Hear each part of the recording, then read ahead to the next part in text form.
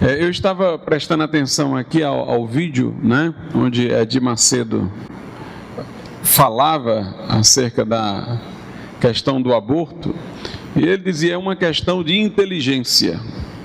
Aí dizia que deveria se legalizar o aborto.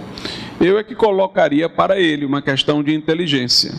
Como é que um pregador, uma igreja, que tem por discurso principal dirigir-se àqueles que estão financeiramente ruins, miseráveis, e dizer a eles que por fé eles podem se levantar daquela condição, como é que uma igreja que tem esse discurso como primordial está dizendo que se deve fazer o aborto se a criança for uma criança que vai ser pobre, mendigar? Não é para este público que eles destinam a sua mensagem, não é dizendo que aquele que está nessa condição pode erguer-se, aí agora tem que matar. Quer dizer, quem está numa situação miserável deveria se revoltar contra isso. Quer dizer, então, que eu deveria, em vez de prosperar, ser morto? Porque não é o discurso é que pode prosperar, né? Outra coisa também, eles vão nascer e vão ser uma ameaça para nós. Não é o discurso dessa igreja que recupera bandido, viciado e tudo mais. Se essa criança, ao entrar por este caminho, que ele nem sabe se vai entrar, fosse ser um marginal e por isso deveria morrer antes que se tornasse, então os marginais já constituídos deveriam morrer também, então deveria ele estar pregando regeneração ou a matança dos viciados, de tudo mais, a seleção natural aí. Quer dizer, realmente é uma questão de inteligência mesmo, né? Ver que o que ele está dizendo não tem nenhuma coerência, né, com o discurso dele próprio. Antes mesmo de contestá-lo por razões alheias ao seu próprio discurso, percebe-se notadamente uma contradição interna naquilo que ele próprio diz. Mas vamos aqui ler um texto da Bíblia que está lá no Evangelho de João, capítulo de número 10, versículo 10, um texto bastante conhecido, que diz: o ladrão não vem senão a roubar, a matar e a destruir. Eu vim para que tenham vida e a tenham com abundância. Que passagem clara. O diabo, o ladrão, é que vem para roubar, para matar e para destruir, né? Mas Jesus disse: eu vim para que tenham vida e tenham-na com abundância. De fato, o aborto, ele faz parte daquilo que tem sido chamado de cultura de morte. Uma cultura que, para aqueles que são mais frágeis, fomenta a morte, como se a vida devesse ser apenas dos mais fortes. Uma coisa que está bem dentro do escopo do darwinismo, ou mesmo do pensamento de Nietzsche, que por outras razões também apregoa a prevalência dos mais fortes. A vida é mais frágil em dois momentos: na fase seminal, inicial, e na fase terminal, ou seja, quando a gente está no ventre e quando a gente está na velhice. E exatamente a ética diz, um filósofo judeu chamado Hans Jonas o assegura, que é onde a vida é mais frágil que ela deve ter maior proteção. Os fortes se protegem a si mesmos, são aqueles que estão numa condição de vulnerabilidade, que precisarão de maior proteção. Mas ao contrário disso, ao princípio basilar da ética, está a cultura da morte, exatamente tornando descartável a vida humana nestes dois momentos. Aí nós temos hoje discursos a favor do aborto, de um lado, e discursos a favor da eutanásia, do outro. Ou seja, vai se tornar a vida daquele mais velho ou enfermo, que está lá no hospital e tal, em situações de muito sofrimento, descartável, e a vida também do ser humano no ventre, descartável. E no meio do caminho ainda apareceu o suicídio assistido. O suicídio assistido, diferentemente da eutanásia, não é para alguém que está sofrendo, é para alguém que está bem, mas não quer mais viver, e aí solicita que com a ajuda de um médico ele possa ter uma morte indolor voluntária querida. Nós não temos isso no Brasil, pelo contrário, o auxílio ao suicídio é punido, mas o que eles querem é que um médico possa auxiliar uma pessoa que queira suicidar-se a fazê-lo sob condições, digamos assim, terapêuticas, sem dor e tal. Lá na Holanda, uma adolescente, se os pais consentirem, já pode solicitar o suicídio assistido. E você imagina aí uma pessoa deprimida e outro que possa se beneficiar da morte precoce dele. Talvez um filho egoísta, né? Que quer que o pai vá logo embora para ficar com a herança, o pai deprimido, ele olha, cometa aí o suicídio, tem essa alternativa. É uma cultura de morte, realmente, que se está promovendo. Os mais fracos, os deprimidos, os que sofrem, os que estão no ventre, esses aí são descartáveis, né? A vida só vale onde ela obtiver força. Mas também o ataque à vida humana no ventre tem a ver com toda uma guerra promovida contra a família nos nossos dias. Os ideólogos do gênero, o que é que eles querem? Eles querem desconstruir a família pela linguagem, porque Michel Foucault, um filósofo, dizia que todas as instituições, elas são construídas discursivamente, pela linguagem. E Derrida, que era um outro filósofo também de uma linha semelhante, ele dizia: o modo de a gente desconstruir as instituições para refazê-las de outro modo é confundir a linguagem em que elas estão baseadas. Se a gente tornar a linguagem fluida, confusa, sem sentido, incerta, a gente quebra essas instituições para reconstituí-las de um outro modo. Então, hoje em dia, por exemplo, não se fala mais em paternidade e maternidade, mas em parentalidade. Se evita falar em sexo masculino e feminino e se fala em gênero, e gênero não é binário, não é só masculino e feminino, tem não sei quantos gêneros aí, tem uns que classificam em dezenas, outros até em centenas. Aí criam outras palavras que vão, digamos assim, descaracterizando tudo aquilo que se estabelece na estrutura familiar. Se quer acabar com a ideia, por exemplo, de autoridade.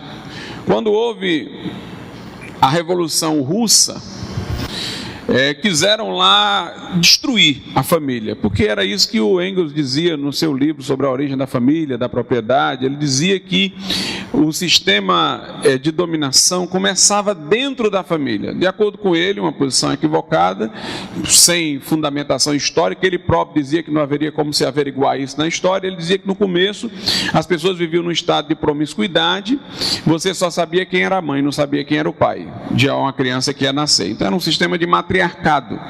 E de acordo com ele, em dado momento, os homens mais fortes se apoderaram das mulheres e dos filhos como se fossem suas propriedades, estabeleceram uma relação em que o homem que era o centro da família, inicialmente de forma poligâmica, depois monogâmica, e aí começou o sistema de dominação, como se primeiramente tivesse começado pela dominação do homem sobre a mulher e sobre seus filhos, como se fossem seus bens.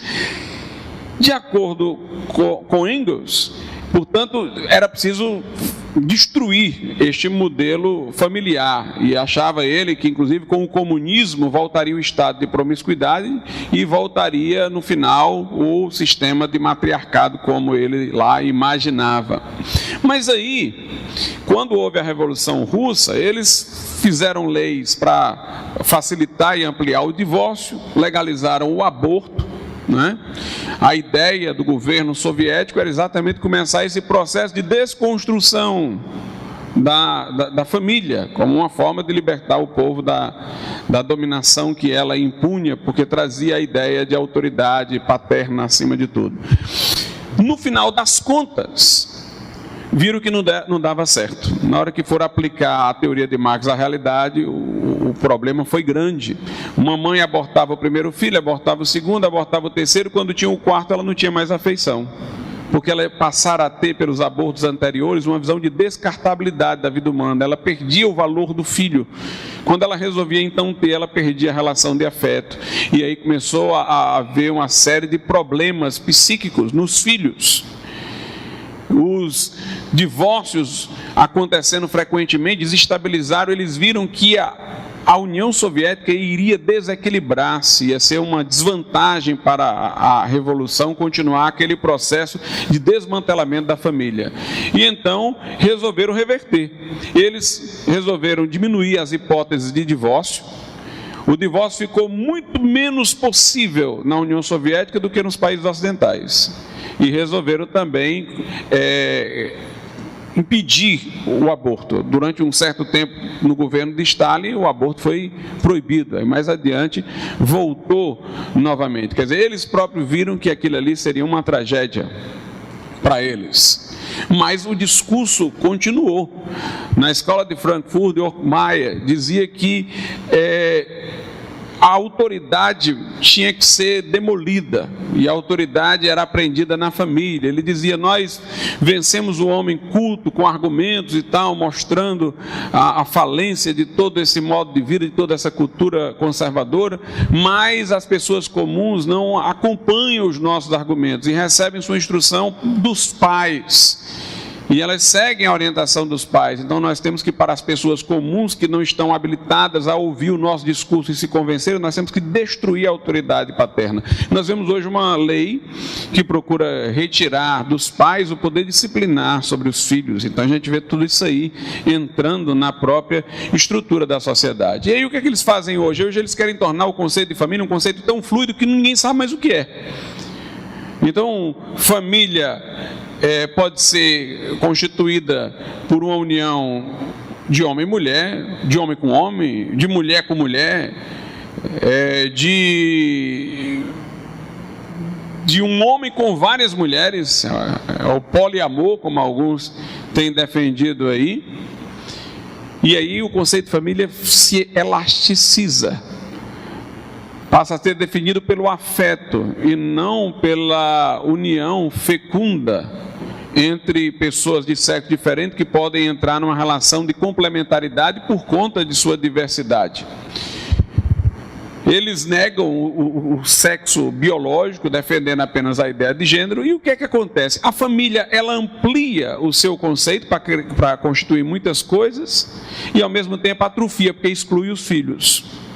Se o conceito de casamento pode envolver pessoas do mesmo sexo, obviamente, então família não teria como parte essencial a procriação de filhos. Então os filhos não integram mais uma necessidade, uma essencialidade do conceito de família. Então um filho deixa de ser importante. Antigamente proteger a família era proteger os filhos. Agora você pode ter uma família que não tem nenhum comprometimento com gerar filhos, como no caso de uma família homossexual. Então os filhos não pertencem à essencialidade do conceito de família. E de certa maneira, os filhos passam a ser um problema para a mulher. Alguns dizem que a mulher tem que se livrar das amarras biológicas, como se o seu corpo fosse um inimigo seu. Nunca uma pessoa vai ser feliz pensando dessa maneira, que o seu corpo é um inimigo. Aliás, quando eu vejo esses discursos, eu vejo que tem uma heresia religiosa aí voltando à tona, a heresia gnóstica. Os gnósticos diziam que o nosso corpo é uma prisão para o nosso ser, que é, na realidade, puramente espiritual, acorporal. E que nós deveríamos desejar libertar-nos do corpo. Eles próprios diziam que Jesus não veio em carne, porque se viesse em carne, então ele estaria nessa mesma clausura que todos nós estamos submetidos. E o que nós vemos hoje é a pessoa dizendo: bem, o meu corpo pode ser de homem ou de mulher, mas não é o que eu sou, eu é que escolho o que eu vou ser. Então é como se ela fosse alguém independente de seu corpo. O corpo passa a ser um entrave para a mulher, na medida em que ela diz: eu gerando filhos, eu vou ter um grande problema, por exemplo, na vida profissional, porque eu vou ter que ficar em casa cuidando do filho, vou ter uma desvantagem concorrencial com o homem. Ela vê a maternidade como sendo uma maldição, um problema, um prejuízo, e não como sendo uma bênção, como nós vemos as mulheres do Antigo Testamento, que quando inférteis oravam a Deus e pediam a fertilidade, porque era uma bênção ser mãe de filhos, gerar filhos. Mas hoje em dia ter filho é como se fosse um grave problema. Na conferência de Pequim dentro da ONU, que foi aquela em que se introduziu a palavra gênero, sem que a maioria das pessoas nem soubessem o que significava, mas entrou como um cavalo de Troia. Lá onde aparece a palavra mãe, geralmente está associada a um problema. É a mãe solteira, é a mãe com isso, é a mãe com aquele problema. Creche passou a ser uma coisa boa, porque é a forma de a mãe se livrar dos filhos, assim que eles nascem, para poder ir trabalhar. De certa maneira, se tem fomentado que a mulher lésbica é mais independente, porque não precisa depender do homem, está coligada com outra mulher, e toda sorte de absurdos em relação a isso. A gente às vezes fica pensando como é que esses movimentos, com discursos tão heterodoxos, tão contrários à natureza humana, tiveram progresso dentro da nossa sociedade, tiveram tanta difusão dentro da nossa sociedade. É porque grandes financiamentos de entidades do supercapitalismo vieram para esses movimentos, como da Ford, como da Rockefeller, do Instituto Rockefeller. Por quê? Porque esses grandes financiadores têm uma preocupação com o controle populacional. Eles não estão nem aí para direitos, mas eles acham que o aumento da população do mundo amanhã vai gerar um grande problema e tal. Então, para eles, há uma preocupação com o controle demográfico, o controle da população, por causa do meio ambiente. O homem é muito destruidor do meio ambiente, vai aumentar a população humana e tal, e vai ser uma ameaça ao meio ambiente. Tem aquele livro do Dan Brown, que virou um filme agora, O Inferno, né, que retrata bem isso daí. É o cara que quer colocar lá uma substância para matar pessoas. Eu não li o livro, mas me disseram que no livro, no final, a substância é só para esterilizar a multidão de pessoas. Mas a preocupação do cidadão lá, que figura como um terrorista que quer difundir uma espécie de vírus que causa tudo isso, ele fala que vai fazer isso em nome do problema do crescimento demográfico, como fosse um controle de população. Então, essas entidades começaram a financiar esse discurso. Para eles, interessa que haja mais homossexuais, porque mais homossexuais é menos procriação. Interessa que haja mais aborto é menos procriação, né? E a loucura vai a tal ponto que nós temos pessoas hoje que estão dizendo que defender o ser humano com o discurso clássico de direitos humanos fundamentais é especicismo. Antigamente a gente ouvia falar no feminismo de sexismo, era a ideia das mulheres feministas de que as coisas eram sempre em função do homem. O machismo é um tipo de sexismo, é um favorecimento a um dos sexos, é um preconceito contra o outro, né? Nós ouvimos falar de xenofobia, a pessoa que repudia o de outra cultura, o de outro país. E hoje em dia eles estão falando de especismo, que diz falar em direitos humanos é destacar a espécie humana como mais importante. O homem é um animal. A ideia do evolucionismo. O homem é só um animal de cérebro mais complexo, mas é um animal. E aí estão falando agora de direito dos animais. E Peter Singer, que defende essa história do direito dos animais, ele diz: eu prefiro uma samambaia que já nasceu e cresceu defender esta samambaia do que defender um óvulo fecundado no ventre de uma mulher. Ou seja, um animal, talvez um vegetal, pode valer mais que uma vida humana ainda em seu estágio inicial, porque requer muito maior dependência. Por isso que nós temos coisas assustadoras nos Estados Unidos, como, por exemplo, instituições que são contra a matança de filhotes de foca e defendem o aborto. Preservação animal, mas não a preocupação com o ser humano. E mais, todo esse discurso não tem nada a ver com direitos, pessoal. Tem a ver exatamente com a grande preocupação dessas entidades de grande poder financeiro. Tem a ver com a preocupação, digamos assim, de um controle populacional, não pensando no bem-estar do homem, mas deles que estão nesse mundo e que querem o mundo do jeito que for melhor para eles, como eles supõem e interpretam. A coisa é tão fora realmente da verdade dos direitos, que hoje em dia a ideologia de gênero diz que não é mulher quem tem o corpo de mulher, mas sim quem se sente mulher. Aí o transexual vai jogar no vôlei feminino. Homem, com toda a musculatura mais privilegiada, e ganhando e levando os títulos que seriam para as mulheres.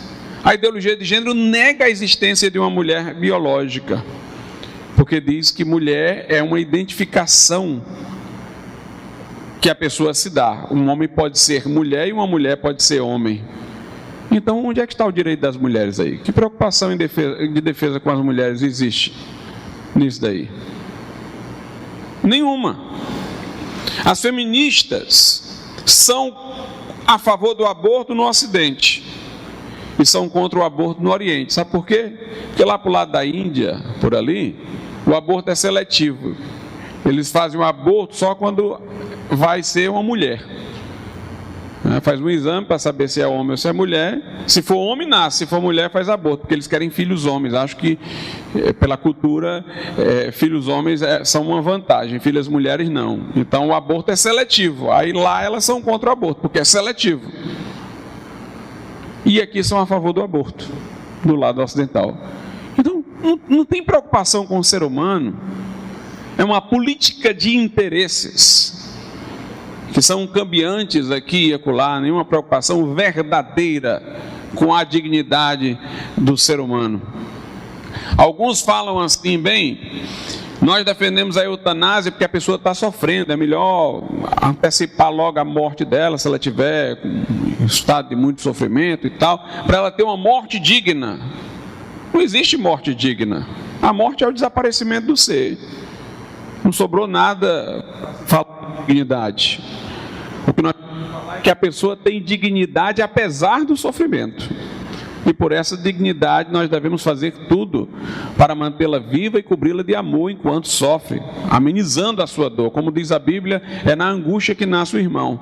Então, na verdade, o sofrimento deveria evocar nossa atenção, nosso amor, nosso cuidado para ajudar a pessoa a atravessar aquele momento e não entregá-la à morte. E quantas pessoas em sofrimento desejaram morrer, mas depois passou aquele sofrimento, ficaram boas de sua enfermidade, daquele que lhes atribulava, e disseram, graças a Deus que não me ouviram quando eu estava pedindo para morrer. Então, na verdade, nós temos que enfatizar realmente o valor da vida. A vida começa desde a fecundação. Ali as células começam a se multiplicar, a definição genética já está estabelecida para muitos caracteres que a pessoa vai ter. Com alguns dias de nascida, algumas semanas, o coração já está batendo a todo vapor. Se a gente for levar em conta isso aí, se você olhar as batidas de coração de uma criança no ventre, você vai ver como são muito mais rápidas do que as nossas. Em 9 meses... o desenvolvimento é muito mais rápido do que até da gente quando já nasceu. Então ali a vida está turbinada, ali é vida a todo vapor, né? Como eu estou aqui dizendo. E aquela vida não faz parte do corpo da mulher, como às vezes se diz, a mulher, não, é meu corpo, né? A mulher é XX, se ela estiver grávida de um homem, ele é XY. E aí, então, se aquele menino ali no ventre da mãe é parte do corpo dela, eu pergunto, essa mulher é homem ou mulher? Se for uma parte do corpo dela, então ela é homem? Biologicamente falando, porque são distintos. Se ela fizer um aborto e dizer, eu apenas tirei uma parte do meu corpo, eu pergunto, isso é a mesma coisa então de tirar uma mão, de tirar um pé? Quando você amputa uma parte do seu corpo, você perde uma função. Qual foi a função que você perdeu quando fez o aborto? É claro, a parte do corpo da mulher, até porque a criança também, para se formar, teve o espermatozoide do pai. Então ela é um ser independente. É um ser independente. Nós ouvimos alguém falando assim, a criança no ventre ainda não é pessoa. É interessante, né? Quando a biologia não é útil, aí as pessoas apelam para a filosofia, do jeito que elas querem, né? Elas definem os termos e ganham vantagem no discurso, porque são elas que vão definir os termos como bem quiserem. Então, elas não conseguindo negar que ali é uma vida, e que é uma vida autônoma, independente da vida da mãe, aí elas dizem, não, é uma vida humana, é uma vida autônoma, mas é vida humana, mas não é pessoa humana. Os direitos são da pessoa, ali ainda não é uma pessoa. Mas aí quem é que vai definir pessoa? Eu, por exemplo, fico com um conceito clássico de pessoa, que vem dos medievais. Pessoa é a natureza humana individualizada. Se aquele ser ali no ventre da mãe tem a natureza humana e é individualizado, então é uma pessoa. Mas aí eles começam a dizer, uma pessoa é a que já tem independência, que pode tomar as suas próprias decisões. Então não vamos defender só o aborto, mas também o infanticídio, porque a criança ao nascer no colo da mãe, amamentando, também ainda não tem poder de escolha, se for essa a definição.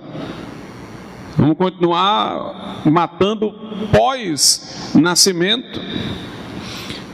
Aí alguns dizem, ela não é pessoa enquanto estiver dependendo. Então ninguém é pessoa, porque não existe ninguém que não dependa do outro. Nós somos dependentes não só enquanto crianças, mas nós somos dependentes na velhice. Nós somos dependentes do nosso patrão que nos paga o salário. Nós somos dependentes daqueles agricultores que estão plantando, de quem nós compramos a comida, que pode já nos chegar por uma série de intermediários. Como disse Aristóteles, o homem é um animal social. Então nós vivemos em sociedade exatamente porque temos necessidades que individualmente não conseguimos suprir. Então aí ninguém seria pessoa. Um conceito de pessoa que tem sido mais permanente na filosofia tem a ver com a questão da identidade, do eu, né? A pessoa é alguém que se singulariza diante dos outros. Alguns levam em conta esse conceito de pessoa, que é mais clássico, e dizem, olha, a criança no ventre ainda não é pessoa porque ela não se singularizou. Mas veja bem, quando ela cresce, desenvolve sua identidade, muito da sua identidade depende da memória do que lhe aconteceu lá no ventre da mãe. Então ela é a mesma pessoa que aparecerá mais adiante quando se desenvolver. Por quê? Porque aquela pessoa que se desenvolver, que vai tomar decisões e fazer escolhas, entre os fatores que condicionarão as suas escolhas está a vida intrauterina dela e o que possa ter lhe acontecido. A mãe rejeita o filho no ventre e tal, não quer aquele filho, ele nasce, ele se sente rejeitado, tem uma estima baixa.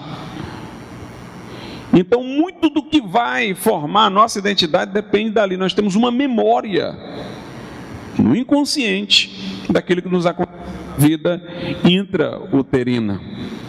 Então, ali, a pessoa que nós somos hoje é aquela pessoa que estava lá. Os acontecimentos que se deram naquele momento estão até hoje definindo a pessoa que nós somos. Aí alguns dizem assim: bem, a criança no ventre é uma pessoa em potencial, mas não em estado atual. Não é verdade. Em primeiro lugar, à luz da filosofia, não existe nenhum ser que seja puro ato que não Deus. O único ser que não tem nenhuma potencialidade não atualizada é Deus. Por isso que ele diz: eu sou o que sou. Ele não vai ser nada. E nem foi nada que agora não é. Ele é um ser inteiramente atual. Não tem nada potencial nele a ser atualizado, né? Agora, todos nós que estamos em movimento não somos puro ato, alguma coisa é potencial em nós. Eu não desenvolvi todos os potenciais que tenho, eu não fiz tudo o que posso fazer, eu não desenvolvi minha inteligência o tanto que ela pode ser desenvolvida, mas todos estamos com a reserva de potencial. A pura potência é inexistência, só existe no mundo das ideias, né? Eu pegar uma coisa, a pura potência de pessoa é só uma ideia ainda que não existe. Na criança no ventre da mãe já há um movimento, já há um desenvolvimento, então já há uma atualização. Ela pode ter mais potencialidades a serem desenvolvidas do que eu hoje, mas ela tem potencialidades já desenvolvidas, em alguma medida já coisas em atos e algumas coisas em estado potencial, como eu também. Todos nós estamos nesse movimento. Então, não faz sentido eu dizer, é pessoa em potencial. Não é pessoa, pessoa é a natureza humana individuada. O que eu posso dizer é que lá no ventre, aquele embrião vai se desenvolver para ser a criança que vai nascer. Ou seja, aquele embrião é em potencial a criança. Como a criança é em potencial o adulto. Como o adulto é em potencial o que vai envelhecer. Mas é a mesma pessoa sempre. A mesma pessoa sempre em todos os momentos. Então eu não posso dizer que não é pessoa, é uma pessoa no ventre da mãe. Para vocês verem aonde é que a coisa pode chegar, eu tenho um pouco assim hoje temido usar os argumentos do absurdo, porque o povo está disposto a acreditar no absurdo, né? Eu me lembro que se dizia logo que surgiu o casamento entre pessoas do mesmo sexo, né? No caso, a adesão lá do CNJ a favor disso aí. Alguns diziam assim: olha, pai, não se deve aceitar união entre pessoas do mesmo sexo, não, porque daqui a pouco vão aceitar a união entre um homem e várias mulheres, uma mulher e vários homens. Era o argumento do absurdo, ou seja, se vocês aceitarem isso aí, vejam onde é que vai parar. Já parou, isso aí já chegou. Então a gente tinha medo. Uma vez eu fui conversar com um professor na Unifor, ele esquerdista, muito forte, defendendo o aborto. Aí ele dizia mais ou menos isso aqui que o Edir Macedo disse aqui no vídeo que vocês viram. Ele dizia assim: olha, Glauco, imagine uma pessoa pobre, ela tem vários filhos já para cuidar, aí apareceu mais um. Se ela for cuidar desse, ela vai ter dificuldade até de trabalhar para manter os outros. É melhor que ela aborte. Aí eu disse: vamos refazer a história. Imagine que todo mundo já nasceu, ela tem todos os filhos. Mas aí um filho sofreu um acidente, agora ele ficou paraplégico, está numa cadeira de rodas. Ela vai ter que cuidar dele. Vai ter dificuldade de trabalhar para manter os outros. E aí? Deve matar o paraplégico? Aí ele olhou para mim, pensou assim e disse: sabe que a gente está caminhando para isso mesmo? Você vê que argumentar pelo absurdo hoje está difícil, porque as pessoas estão dispostas a irem em direção ao absurdo. Então, lá nos Estados Unidos, existe uma tese hoje muito forte, que é a do neonaticídio. Quer dizer, é só você criar uma palavra que você desmantela o direito, né? A estratégia é forte, né? A Constituição fala de igualdade entre homens e mulheres, não fala em gênero. Mas aí eles criam essa ideia de gênero que não está na Constituição e desmantela a Constituição inteira. Quando uma criança nasce, já nascida, se a mãe porventura matar, seria infanticídio. É lá também assim. Mas aí, para descaracterizar o infanticídio, eles usam uma palavra. Ó. A palavra acaba com o crime. Neonaticídio. Inicialmente, o que seria isso? Uma mãe que tentou fazer aborto, tinha direito de fazer, porque os Estados Unidos lá, a Suprema Corte, infelizmente, né, descriminalizou o aborto. Então, uma mulher tenta fazer aborto, não conseguiu fazer, não deu certo, o médico foi incompetente, a criança nasceu. Logo em seguida que ela nasceu, pode ser morta. É o neonaticídio. Por quê? Porque ele diz, olha, ela tinha o direito de fazer aborto. Ela quis exercer o direito dele, por incompetência de um médico, nasceu. Então, mata assim que nascer. Começou assim, era um neonaticídio. Então, houve alguns casos pontuais de pessoas que fizeram isso, não tem ainda uma coisa estabelecida na Suprema Corte, mas houve alguns casos pontuais desse tipo que o Poder Judiciário lá absolveu a mãe, descaracterizou o crime. Depois apareceram aqueles que disseram, bem, se pelo fracasso de um aborto que não deu certo acontecer, ela pode matar a criança assim que nascer, então ela pode matar a criança assim que nascer, independente de ter tentado cometer aborto. Aí já queria largar o neonaticídio. Aí apareceu um outro teórico lá que diz o seguinte, olha, enquanto a mãe não tiver relacionamento com a criança, ela ainda não é mãe. Tudo hoje é pela subjetividade, né? Nada é objetivo. Ela ainda não se sente mãe, então ela pode matar. E um sugeriu que fosse até os 3 anos de idade, para ter o neonaticídio. Né? O que é curioso é que esse pessoal diz assim, olha, até essa idade aí, ela ainda não é uma pessoa, não se sente uma pessoa, a criança e tal, mas eles não acreditam em pessoa, porque eles são materialistas.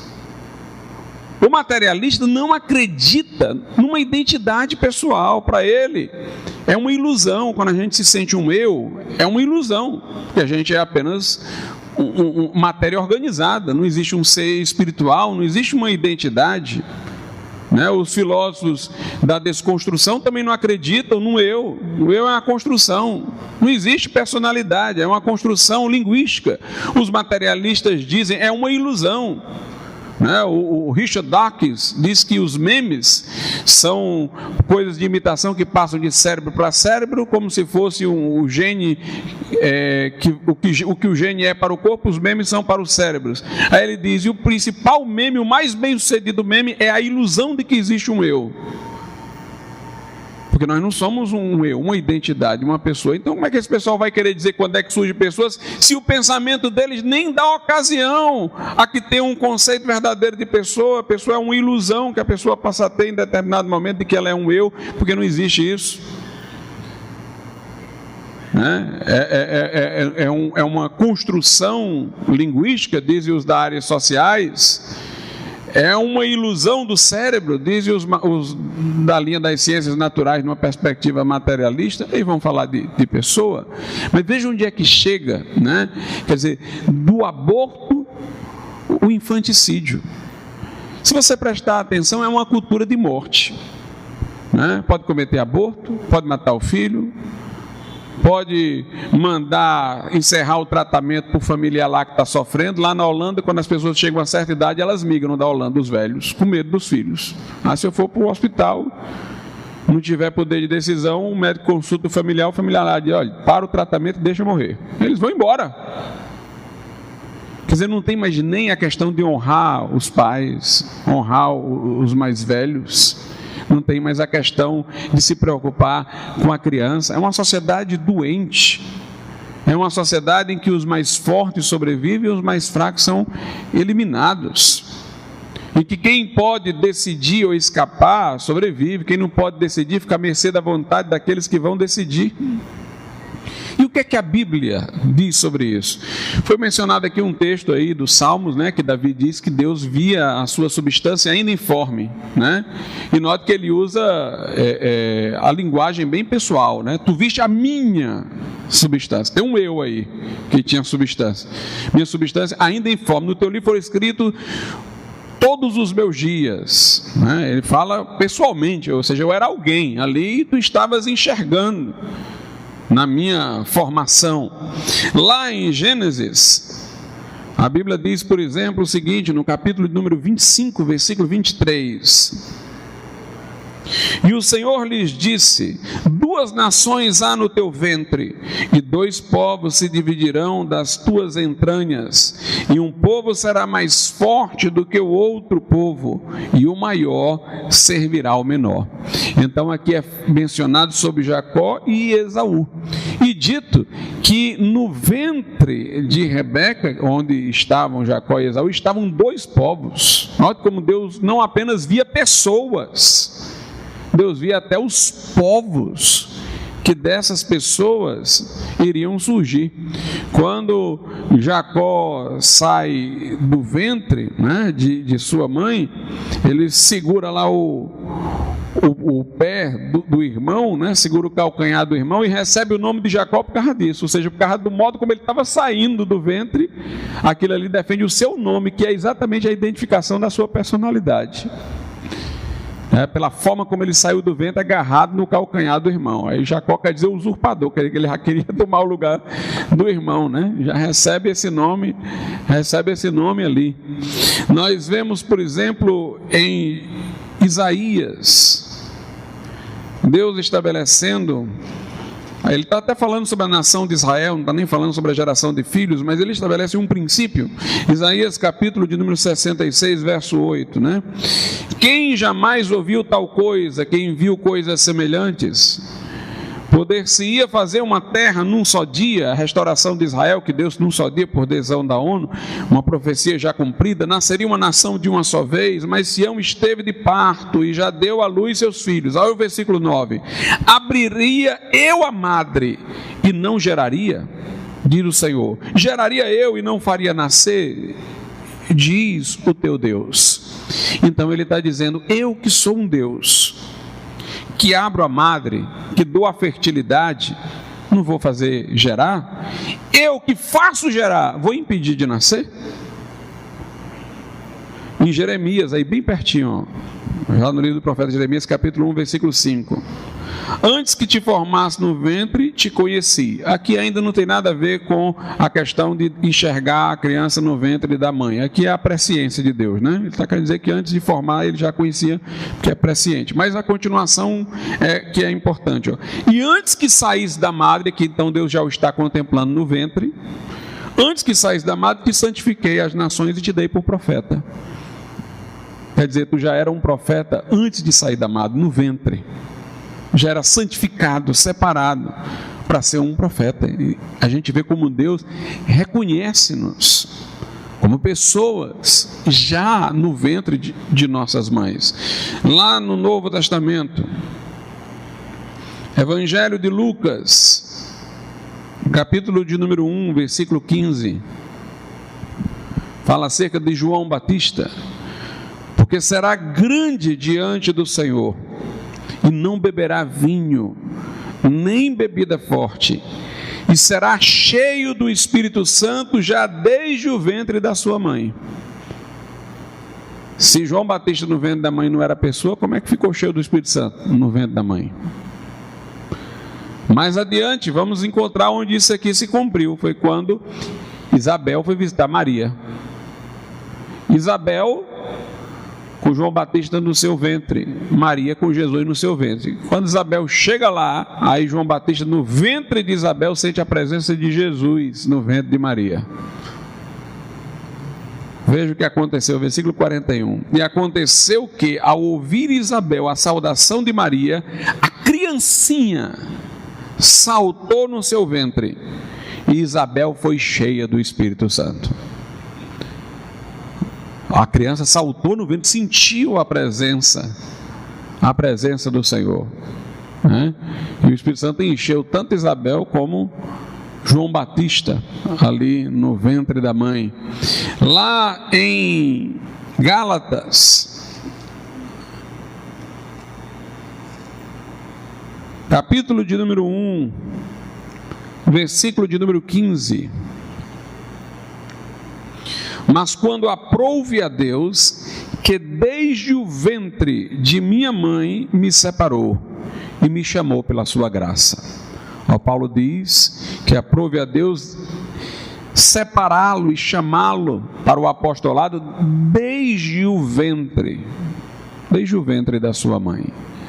Então nós vemos aqui que Deus considera a vida humana, a pessoa humana existente desde o ventre. Meus irmãos, a Bíblia é muito severa para com aqueles que praticam mal aos pequeninos. Jesus diz: quem fizer tropeçar um pequenino, melhor lhe fora amarrar o pescoço a uma corda ligada a uma pedra e lançar da pedra com ele no fundo do mar. Nós vemos que Deus destruiu Sodoma por causa do homossexualismo, mas Deus destruiu os povos ali da terra que deu a Israel por causa que consagravam seus filhos a Moloque. Deus diz expressamente no Velho Testamento: eu vou introduzir vocês ali porque este povo sacrifica os seus filhos a Moloque. Moloque era uma divindade representada numa imagem de bronze, oca, onde eles punham dentro lenha e aquecia. E aí as pessoas pegavam os seus filhos recém-nascidos e colocavam nas mãos da imagem para oferecer. Então a criança era torrada ali. Na verdade, eu acredito que ali era apenas uma forma de eles justificarem o aborto. Ou seja, nem toda criança era sacrificada a Moloque. Então qual era o critério para um pai escolher sacrificar uma e outra não? Quer dizer, o pai já não queria cuidar de uma quando ele não queria cuidar. Ele queria, é como se ele não quisesse rejeitar aquele filho. Não tinha as técnicas que hoje tem para o aborto, então tinha que ser assim que nascer. Ele não queria aquele filho ali. Aí, para poder a consciência dele se confortar, não, eu estou oferecendo é a divindade. Aí colocava lá a criança para queimar. E Deus disse: eu vou destruir esses povos por causa disso. Vou introduzir vocês aí por causa disso. Então, nós vemos que Deus executou juízos contra povos inteiros no Velho Testamento por causa da sodomia, da homossexualidade e por causa da matança de crianças. Hoje em dia são os pecados que dominam a nossa sociedade. A perversão sexual e essa promoção do aborto, que não vai parar no aborto, porque é uma cultura de morte. Quem falava em casamento entre pessoas do mesmo sexo, não queria só casamento entre pessoas do mesmo sexo, não, queria demolir a família. Queria tirar a autoridade de pai sobre filhos, queria criar a possibilidade de um homem ter várias mulheres, mulheres vários homens. O que eles querem é o que Marcuse chamou de sexualidade polimorfa, ou seja, vale tudo. Estado de promiscuidade, mas começa com um discurso muito sutil. Eu me lembro no início, quando foram falar em casamento entre pessoas do mesmo sexo, eles diziam até assim: não, a gente quer um casamento monogâmico, com fidelidade mútua entre dois homens e duas mulheres. Por que eles estavam falando nisso? A ideia de monogamia, de fidelidade mútua é a ideia cristã. Por que eles pegaram esse recorte da ideia de casamento cristão e negligenciaram as outras coisas? Era só para poder aquilo ali parecer bem à sociedade, que ainda mantinha preocupação com certos valores cristãos, para achar que aquilo ali tinha alguma vertente de moralidade. Aí logo depois vem poliamor e a maior parte desses homossexuais que entram em união se traem mutuamente e tal, não tem nenhuma preocupação com a fidelidade de relacionamento sexual, mas é um discurso para entrar e destruir. Hoje em dia as mulheres falam em direitos reprodutivos, as feministas. Por que direitos reprodutivos se é para matar? Mas o objetivo da estratégia discursiva é essa: é criar a palavra invertida, para ninguém saber mais o que é nada. Ninguém sabe mais o que é nada. Então usa direitos reprodutivos Como homofobia é uma palavra invertida. Porque se eu fosse homofóbico, eu tinha que ser protegido do homossexual, porque fobia é pavor, eu tenho pavor dele, então alguém tem que me proteger dele. Mas a homofobia é entendida como o agressor. As fobias estão nas listas das patologias. Claustrofobia. Mas o homofóbico não é um doente, é um agressor, na linguagem. Então, colocam-se as palavras para serem aquilo que elas não representam. Gênero, por exemplo, é de palavras. Tem palavras do gênero masculino e feminino, mas homem e mulher tem sexo, não gênero. Mas usam a palavra fora de lugar, para ninguém saber mais o que é o que. Enquanto você não sabe como usar as palavras, eles estão manuseando-as e reconstruindo tudo e demolindo tudo. Se não há direito à vida, meus irmãos, e se esse direito à vida não começa desde o ventre, não tem mais direito nenhum. Do que adianta falar em dignidade humana se o homem é descartável? Você imagina uma mãe que fez um aborto e depois o outro filho ela quis. Quando esse filho crescer e saber que o primeiro foi abortado, o irmão dele foi abortado, o que é que ele vai pensar? Bem, eu existo por sorte. Se eu tivesse vindo primeiro, minha mãe teria me jogado fora. Como é que vai ficar a cabeça dessa pessoa sentindo que ele vive por sorte? Que ele vive porque a sua mãe resolveu descartar o primeiro e não o segundo? Que tipo de relacionamento se estabelecerá entre ele e a mãe? Como é que uma mãe que praticou vários abortos vai ver o filho que ela resolveu quis ter? Como é que ela vai olhar para esse filho? Mães que cometem aborto geralmente têm tendências depressivas e suicidas, porque elas ficam sempre lembrando de como os seus filhos poderiam ter sido. Estão lá numa festinha de aniversário, vendo o filho da outra amiga e imaginando, e se o meu estivesse aqui, como é que seria? Aquilo ali as persegue pelo resto da vida. Não há como não pensar nisso daí. Então, elas têm tendências depressivas. Na hora que a pessoa quer fazer um aborto, ela não se lembra de que é uma vida humana. Muitas vezes, a mulher atribulada, mal orientada, inclusive por essas ideologias, pensa apenas que ela tem um problema a ser resolvido. Mas ela nunca reflete que o problema é uma vida humana que está sendo descartada. O médico não usa a linguagem forte, porque o médico poderia dizer, olha, você tem um filho, ele está aí no seu ventre, e você está matando-o. Ela poderia dizer isso. Eu duvido se depois disso aí ela iria querer. Talvez algumas poucas ainda quisessem, mas muitas desistiriam. Mas você tem um problema e nós vamos resolver o seu problema. Por isso que muitas mulheres que abortam depois se sentem enganadas pelo médico. O médico não foi claro comigo. Não me disse claramente o que eu estava fazendo. Nos Estados Unidos surgiu uma associação de mães que praticaram aborto e se arrependeram. E essas mães protestam contra os médicos por causa da linguagem deles. Eles não falam que é uma vida humana que está sendo descartada, mas que é um problema que está sendo resolvido sem deixar a pessoa meditar em que tipo de problema está sendo resolvido, que na verdade é uma vida humana que está sendo descartada, que está sendo abandonada. Se a vida humana é tão vulnerável assim, qual é a força que eu tenho para falar em direito de liberdade de expressão? Como é que alguém pode ter liberdade de expressão se nem o direito de viver ele tem? Se ele vive por decisão alheia.